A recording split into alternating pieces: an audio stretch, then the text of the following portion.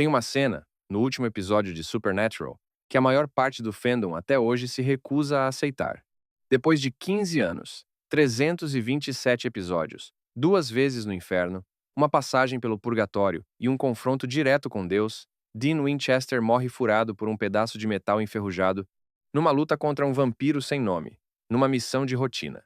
Não teve discurso, não teve última batalha contra o mal supremo. Teve um galpão, uma distração de segundo e meio e um pedaço de metal que estava ali havia sabe-se lá quanto tempo.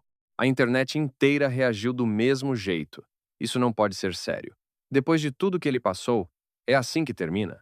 Memes, threads, cartas abertas para os roteiristas. Anos depois, gente ainda escreve textos tentando consertar esse final, dando um jeito de fazer parecer mais épico do que foi. E eu queria propor uma leitura diferente, não para defender o final, mas para te mostrar uma coisa que praticamente ninguém falou. Aquela morte banal não foi um erro de escrita. Foi a única morte coerente que aquele personagem específico podia ter. E o motivo pelo qual isso incomoda tanta gente não tem nada a ver com roteiro de televisão. Tem a ver com uma pergunta que a maioria de nós evita fazer para si mesmo. Se você passasse a vida inteira sendo útil para os outros, cuidando, resolvendo, se sacrificando, isso te garantiria um final à altura? Ou você só ia morrer, um dia qualquer, no meio de uma tarefa comum, sem ninguém filmando o momento? Fica comigo até o final, porque a resposta vai incomodar mais do que você imagina.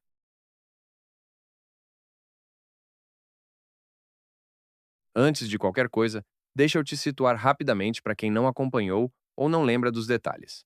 Supernatural estreou em 2005, criada por Eric Kripke, e ficou no ar por 15 temporadas, um recorde absoluto para uma série de fantasia em live action nos Estados Unidos. A premissa parece simples. Dois irmãos, Sam e Dean Winchester, viajam pelo país num Chevrolet Impala de 1967, caçando fantasmas, demônios e monstros. Só que o motor emocional da série nunca foi a criatura da semana. Era a relação entre esses dois irmãos, e principalmente o peso que um deles carregava sozinho. Dean, interpretado por Jensen Ackles do primeiro ao último episódio, é apresentado como o irmão mais velho clássico, durão, engraçado, bom de briga, fã de rock clássico, apaixonado pelo carro que herdou do pai. É fácil gostar dele. Ele tem timing cômico, tem carisma, tem aquela postura de quem sempre sabe o que fazer numa emergência. Mas a série constrói, episódio após episódio, uma segunda camada embaixo dessa fachada. E essa camada é a que eu quero abrir com você agora.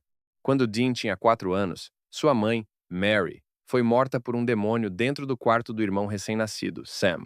O pai, John Winchester, ex-militar, transformou o luto em obsessão, virou caçador e criou os dois filhos dentro dessa obsessão.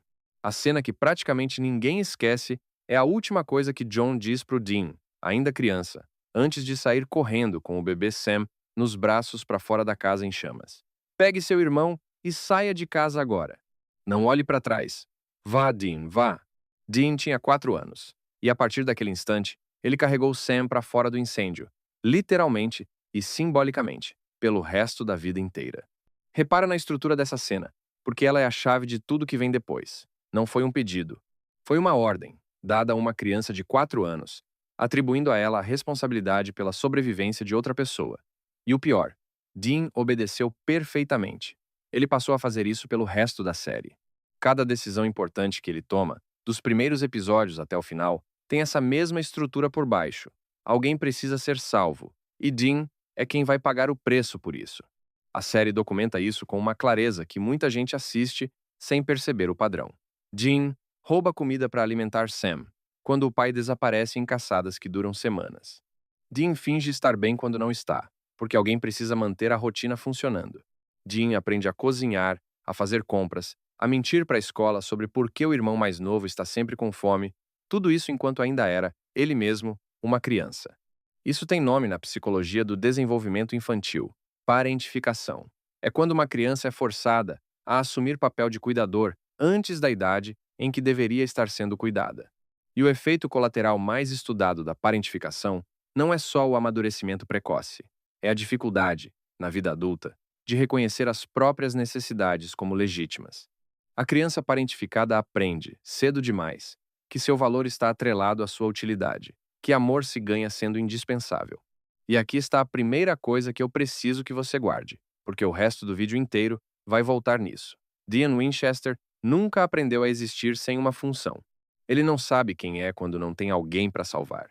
E a série mostra isso de forma cada vez mais explícita conforme os anos avançam. Tem um episódio da segunda temporada, O que é e o que nunca deveria ser, que praticamente serve como raio-x dessa estrutura psicológica. Uma criatura sobrenatural prende Dean num sonho onde a mãe nunca morreu, onde a família é normal, onde ele tem um emprego comum de mecânico e uma namorada. É, objetivamente, a vida que qualquer pessoa marcada por aquele trauma diria que quer, e Dean fica tentado a ficar ali para sempre. Ele mesmo confessa depois para o irmão: "Eu gostei de estar lá, eu não queria sair." Mas ele sai, porque nesse mundo de fantasia, as pessoas que ele salvou na vida real continuavam mortas. E Dean escolhe voltar para o inferno particular dele, porque a alternativa era viver uma vida boa, sabendo que isso custaria a vida de estranhos que ele nunca conheceria. Segura esse momento, porque ele é a primeira prova concreta de uma coisa que vai se repetir, de formas cada vez mais graves, até o último episódio da série.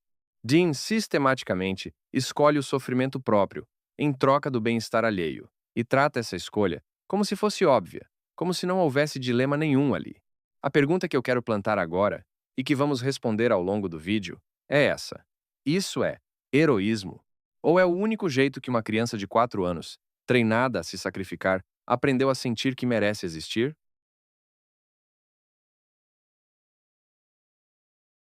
Vamos sair da cena específica e entrar num território mais amplo, porque o que aconteceu com Dean na infância não é só uma tragédia pontual.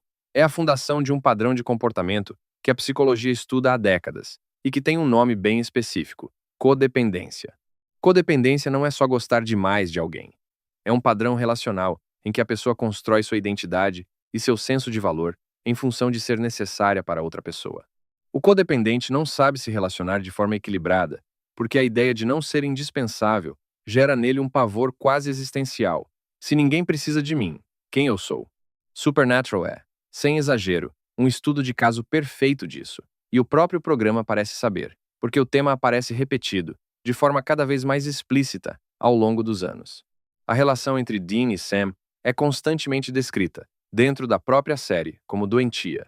Personagens diferentes, ano após ano, apontam isso para os irmãos. Vocês dois não sabem existir separados. Vocês sabotam qualquer chance de vida normal um do outro. Vocês preferem morrer junto a viver separado.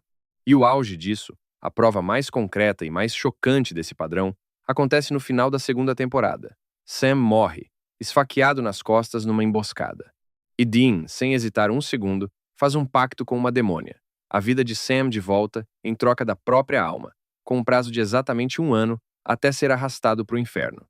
Repara na resposta emocional que a série constrói ao redor dessa cena. Não é apresentada como um ato nobre e equilibrado. É filmada como desespero. Dean implora. A própria demônia zomba dele, chamando de carente, dizendo que ele é fácil demais de manipular porque tem um desejo autodestrutivo de se sacrificar pela família. Isso é dito por uma antagonista, dentro da trama, quase como se o programa estivesse te avisando. Presta atenção. Isso que parece amor incondicional tem uma cara mais sombria por baixo. E o mais interessante é a reação de Sam quando descobre o que o irmão fez. Ele não fica só grato, ele fica assombrado, porque ele reconhece, ali, o padrão se repetindo. O pai já tinha feito exatamente a mesma coisa por Dean, anos antes, trocando a própria vida pela vida do filho mais velho, depois de um acidente de carro quase fatal. A troca de vida por vida vira, literalmente, um ciclo geracional dentro da família Winchester. Um roteiro emocional herdado, repetido sem questionamento, de pai para filho. E aqui é onde eu preciso ser honesto com você sobre uma coisa que separa Dean de praticamente qualquer outro protagonista de sacrifício que você já viu na ficção. Na maioria das histórias, o sacrifício é um evento. Acontece uma vez, no clímax, e o personagem é recompensado narrativamente por isso. Ele volta transformado, ganha algo, o universo reconhece o gesto. Com Dean, o sacrifício não é um evento. É um estado permanente de operação. Ele faz esse tipo de escolha repetidamente, ano após ano, sem nunca colher a recompensa narrativa que esse tipo de gesto costuma render nas histórias. Ele vende a alma pelo irmão. Vai para o inferno por 4 meses no tempo humano, que na dimensão do inferno equivalem a décadas de tortura, e volta de lá tendo, ele mesmo, torturado outras almas sob pressão, um trauma que ele carrega em silêncio pelo resto da série, recusando ajuda, minimizando o próprio sofrimento sempre que alguém tenta abordar o assunto. Mais tarde, ele carrega literalmente a marca de Caim no braço, uma maldição que o empurra para a violência incontrolável, só para impedir que o irmão sofresse um destino pior. Em outro momento, ele engana o próprio Sam para deixar um anjo possuir o corpo dele sem consentimento, só para evitar que Sam morresse de uma lesão que os dois consideravam fatal, uma escolha que a série trata explicitamente como traição, porque tira do irmão o direito de decidir sobre o próprio corpo. Presta atenção nesse último exemplo, porque ele é crucial. Dean não hesita em violar a autonomia do próprio irmão, o consentimento dele, em nome de mantê-lo vivo. Isso não é amor incondicional de forma simples. É um padrão em que manter o outro vivo se tornou mais importante do que respeitar a vontade do outro. É o que a psicologia relacional chama de fusão, quando os limites entre eu e você desaparecem e a sobrevivência do outro se torna indistinguível da própria identidade. E é aqui que eu quero te fazer uma pergunta pessoal, porque esse vídeo não é só sobre um personagem de televisão. Você já teve, na sua vida, uma relação em que seu valor parecia depender inteiramente de o quanto você era útil para outra pessoa? Em que dizer não parecia impossível, não porque alguém estivesse te obrigando, mas porque a ideia de decepcionar ou de não ser necessário doía mais do que qualquer sacrifício pessoal. Se você sentiu um aperto no peito lendo isso, guarda esse sentimento, porque a gente ainda não chegou no ponto mais desconfortável da análise. Antes de continuar, preciso te dizer uma coisa direto. Esse tipo de vídeo, que exige ler análise psicológica de fã, revisar 15 temporadas de série, cruzar dado com dado até achar o padrão que ninguém mais mostrou, não nasce de improviso. Nasce de tempo investido de verdade. E esse canal só continua existindo, entregando esse nível de profundidade sem virar resumo raso de trama, porque quem assiste até aqui decide que vale a pena apoiar. Se esse vídeo está te fazendo pensar em coisas que você não esperava pensar quando clicou, o like é gratuito e leva 2 segundos, e o inscrito garante que o próximo vídeo como esse chegue até você. Isso não é forma de pedir favor, é a forma desse tipo de conteúdo continuar sendo possível. Agora sim, vamos para o ponto mais incômodo de tudo.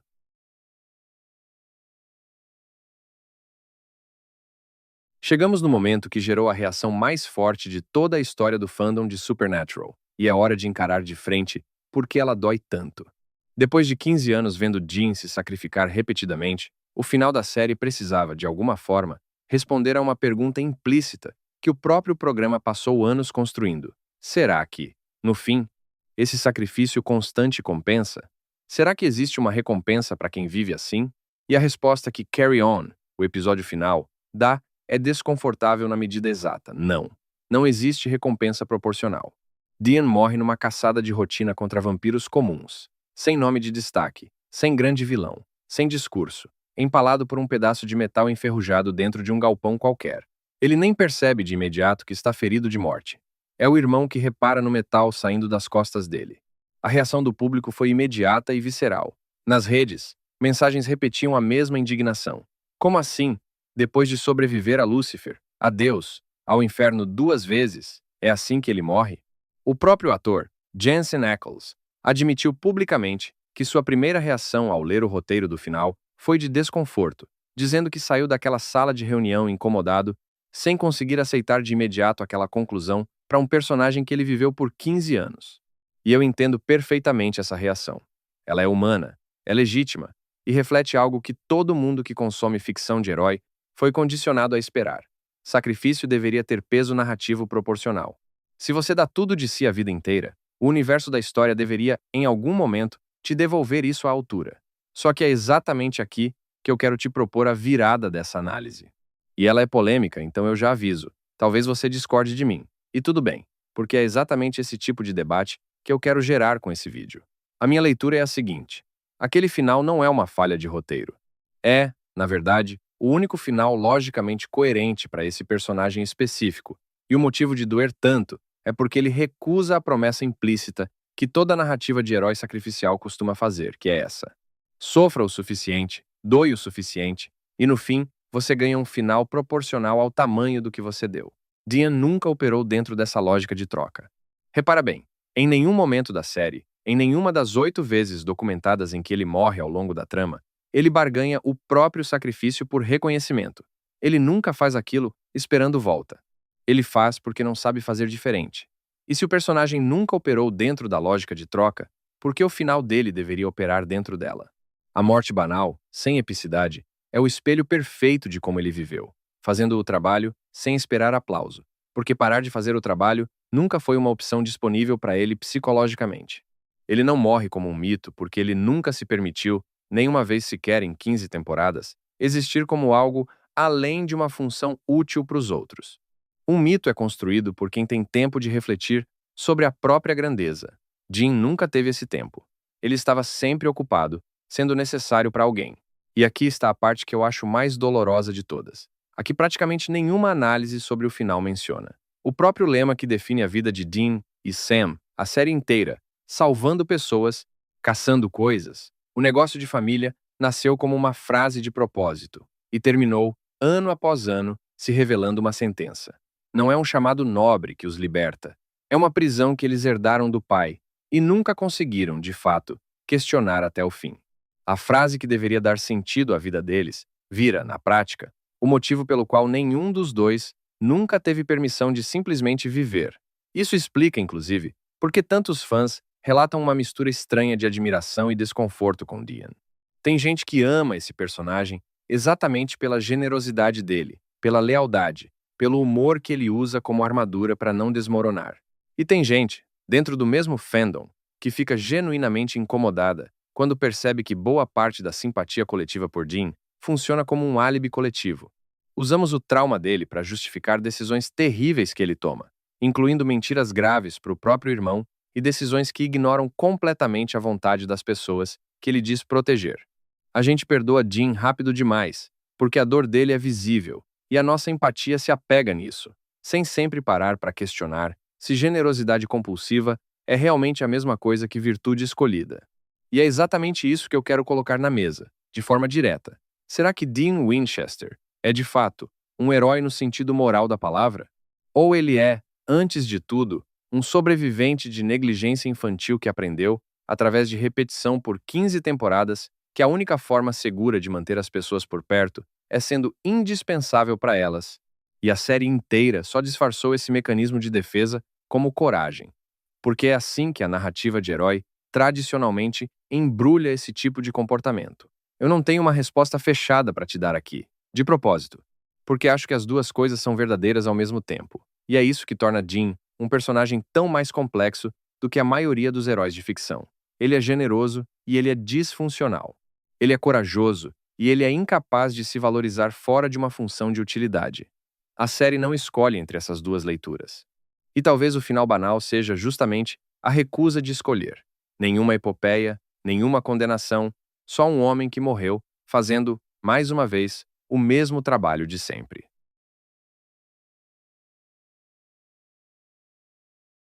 Agora eu quero tirar completamente o foco da ficção.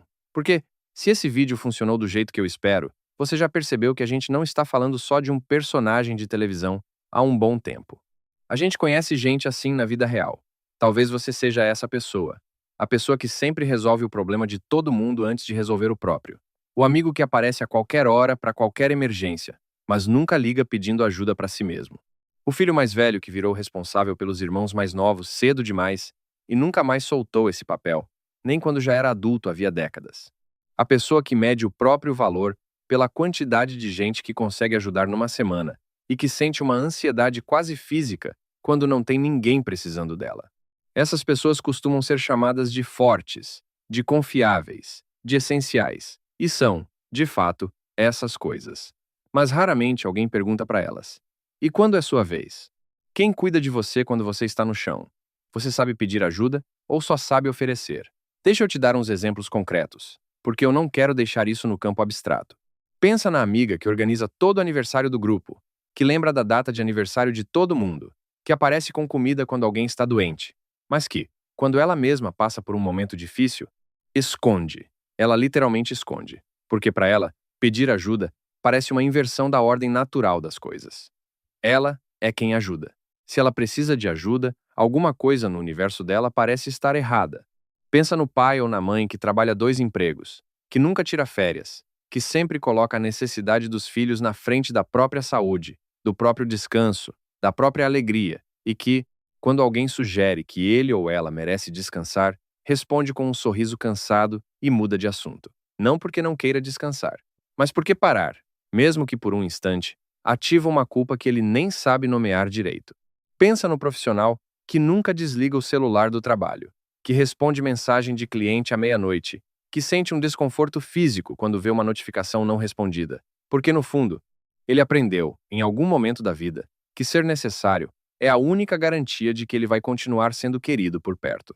Repara que esses três exemplos não têm nada de fantástico, nada de sobrenatural, nada de heróico no sentido dramático da palavra.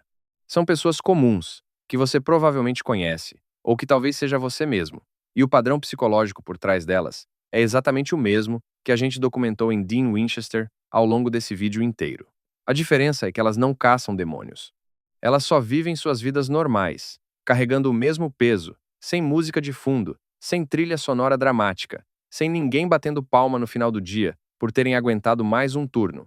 Dean Winchester passou 15 temporadas sendo essa pessoa para literalmente todo mundo ao redor dele. Irmão, pai, amigos, estranhos que ele salvava numa cidade e nunca mais via. E o final da história dele não é uma punição, é uma constatação seca. Gente assim, na vida real, frequentemente não recebe o final proporcional ao que deu, não porque não mereça, mas porque o mundo não funciona numa lógica de troca justa. Você pode dar a vida inteira e simplesmente morrer, um dia comum, no meio de uma tarefa qualquer, sem discurso, sem plateia, sem ninguém filmando o momento em que tudo aquilo que você construiu, supostamente, deveria valer a pena. E talvez seja exatamente por isso que tanta gente se recusou a aceitar aquele final. Porque, no fundo, a recusa não era sobre roteiro de televisão. Era sobre uma esperança pessoal, quase supersticiosa, de que existe justiça cósmica para quem vive se doando. De que, se você for bom o suficiente, generoso o suficiente, útil o suficiente, o universo vai te dar, no fim, algo à altura disso. E o final de Dean recusa essa promessa. Ele te olha de volta e te lembra que não existe garantia nenhuma. Que dar tudo de si não é um investimento com retorno certo. É só, às vezes, o único jeito que alguém aprendeu a existir. Eu quero me demorar um pouco nesse ponto, porque acho que é fácil ouvir isso e sentir só tristeza, e não é essa a intenção. A intenção é te mostrar uma saída, não só um diagnóstico, porque existe uma diferença enorme entre cuidar de alguém por amor genuíno e cuidar de alguém porque a alternativa parece existencialmente insuportável. As duas coisas, de fora, parecem idênticas. A mesma ligação, o mesmo gesto, a mesma disposição de largar tudo para resolver o problema alheio. Mas por dentro, são experiências completamente diferentes. Quando você ajuda por escolha genuína, existe espaço para dizer não quando você não tem condição. Existe espaço para sentir cansaço sem culpa. Existe espaço para pedir a mesma ajuda que você oferece, sem sentir que está invertendo uma hierarquia que nunca foi combinada, mas que parece gravada em pedra. Quando você ajuda por medo, esse espaço não existe. Dizer não parece impensável, mesmo quando ninguém está te obrigando a dizer sim. E é exatamente essa ausência de espaço que caracteriza o padrão que a gente viu em Dean a série inteira. Ele nunca considera a opção de recusar o próprio sacrifício, porque, para ele, essa opção nunca existiu como possibilidade real. Não é que ele pesa os prós e contras e escolhe se sacrificar. É que sacrificar-se é o único movimento disponível no repertório emocional dele. E aqui está uma coisa que eu acho que vale a pena te dizer com todas as letras, porque pouca gente fala isso sem meias palavras. Você pode amar profundamente as pessoas ao seu redor e ainda assim ter desenvolvido esse padrão de forma disfuncional. Amor e disfunção não se excluem. É perfeitamente possível amar seu irmão, seu filho, seu parceiro, seus amigos, de forma genuína e profunda, e ao mesmo tempo, ter aprendido a demonstrar esse amor exclusivamente através de sacrifício, porque foi o único vocabulário emocional que a vida te ensinou. Isso não te torna uma pessoa ruim. Torna você alguém que talvez nunca tenha tido a chance de aprender outro jeito. E é por isso que histórias como a de Dean Winchester tocam tanta gente de um jeito que parece desproporcional para quem só está de fora olhando aquilo como só uma série de TV. Porque muita gente reconhece nele um espelho que não sabia que existia. E reconhecer esse espelho é o primeiro passo para sair do automático. Você não consegue mudar um padrão que você nunca nomeou. E é exatamente por isso que essa pausa, esse segundo de honestidade que eu te pedi antes, importa tanto. Eu ajudo porque eu quero ou eu ajudo porque tenho medo do que acontece se eu não ajudar? Isso não significa que generosidade não vale a pena. Significa que ela precisa vir de um lugar de escolha genuína, não de um medo automático de que, se você parar de ser útil, ninguém vai mais te querer por perto. A diferença entre essas duas coisas não aparece de fora. Ela só aparece quando você para, mesmo que por um segundo, e se pergunta com honestidade. Dean nunca teve essa pausa. A série inteira é, de certa forma, 15 temporadas documentando um homem que nunca conseguiu se dar essa pergunta. Repara que, em nenhum momento, ao longo de 327 episódios, existe uma cena em que Dean simplesmente se senta, sozinho, e se permite processar o próprio cansaço, sem que isso seja imediatamente interrompido por uma nova emergência, um novo chamado, uma nova pessoa precisando dele. O universo ficcional da série literalmente não dá esse espaço para o personagem. E é curioso pensar que talvez isso não seja só uma escolha narrativa dos roteiristas, mas um reflexo exato de como pessoas com esse padrão vivem a própria vida. Elas nunca sentem que têm permissão para essa pausa, então elas nunca a criam. E o mundo ao redor delas, que se acostumou a receber esse cuidado constante, também nunca cria esse espaço por elas. E ele morre exatamente do jeito que viveu, no meio de uma tarefa, cuidando de outra pessoa, sem tempo para si mesmo, nem no último segundo. Se você parar para reparar na cena final da morte dele, o próprio corpo dele está no meio de um movimento de proteção quando é ferido. Ele não estava parado, refletindo sobre a própria vida. Ele estava em ação, fazendo o trabalho, exatamente como fez a vida inteira, até o último segundo consciente. A preocupação dele não é consigo mesmo. É em garantir que o irmão esteja bem, que a situação esteja resolvida, que a última coisa que ele deixa para trás seja cuidado, não caos. Isso devia ser bonito, e é, de certa forma. Mas também é exatamente o problema que esse vídeo inteiro tentou expor.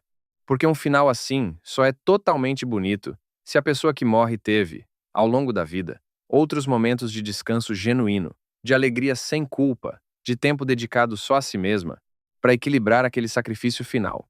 Dean não teve isso. A entrega dele não foi o ponto alto de uma vida equilibrada. Foi a continuação, sem intervalo, de um padrão que começou aos 4 anos e nunca parou nem por um capítulo inteiro. Então eu quero te propor um exercício antes de fechar esse vídeo. E eu quero que você leve isso a sério, não como uma pergunta retórica que passa batido. Pensa nas últimas 2 semanas da sua vida. Quantas vezes você colocou a necessidade de outra pessoa na frente da sua, sem nem cogitar outra opção? E dessas vezes, quantas foram escolhas genuínas, feitas com plena consciência de que você tinha alternativa e escolheu ajudar mesmo assim? E quantas foram automáticas, movidas por um desconforto que você nem parou para examinar? Um medo silencioso de que, se você não ajudasse dessa vez, alguma coisa importante na sua vida ia desmoronar. Se você não conseguiu separar essas duas categorias com clareza, isso já te diz alguma coisa importante. Não é motivo de vergonha, é informação. E informação é o primeiro passo para qualquer mudança real. Então fica essa pergunta para você porque eu não vou te dar a resposta. Se hoje fosse seu último dia e você olhasse para trás, para ver como você distribuiu seu tempo, sua energia, seu cuidado entre você e as pessoas ao seu redor, você reconheceria em si mesmo mais o Dean Winchester generoso que todo mundo ama, ou o Dean Winchester que nunca soube existir sem uma função? E sendo sincero com você mesmo agora, você saberia dizer a diferença? Sim, vou.